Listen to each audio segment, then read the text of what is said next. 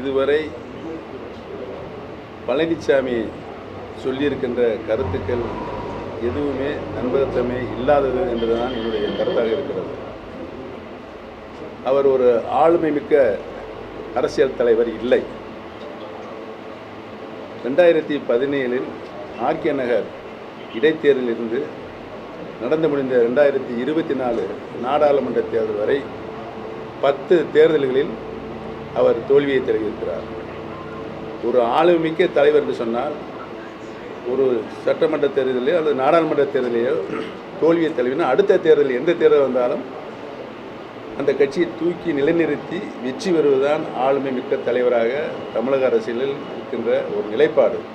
அது எடப்பாடி பழனிசாமி இல்லை என்பதை நிறுவனம். ஆகவே அவர் ஆளுமை மிக்க தலைவராக இல்லை என்ற காரணத்தினால் தொடர்ந்து தோல்வியை 10 தேர்தல்களில் நாடாளுமன்ற தேர்தல், சட்டமன்ற தேர்தல், இடைத்தேர்தல்கள் இப்படி அனைத்து தேர்தலும் பழனிசாமி படுதோல்வி பழனிசாமியால்தான் அரசியலில் நிலை கொண்டிருக்கிறார் என்று தெரிவித்துக் கொள்கிறேன்.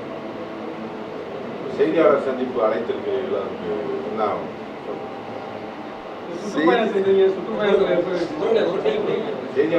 செய்தியாளர் சந்திப்பை அழைத்திருப்பது நோக்கம் பழனிசாமி இன்று வெளியிருக்கின்ற தேர்தல் அறிவிக்கை பொய்யான அறிவிக்கை.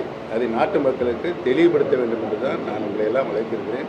நீங்கள் கடந்த காலங்களில் பழனிசாமி சொன்ன எதையாவது நிறைவேற்றியிருக்கிறார் என்பதை ஆய்ந்து உண்மைத்தன்மையை மக்களுக்கு சொல்ல வேண்டும்.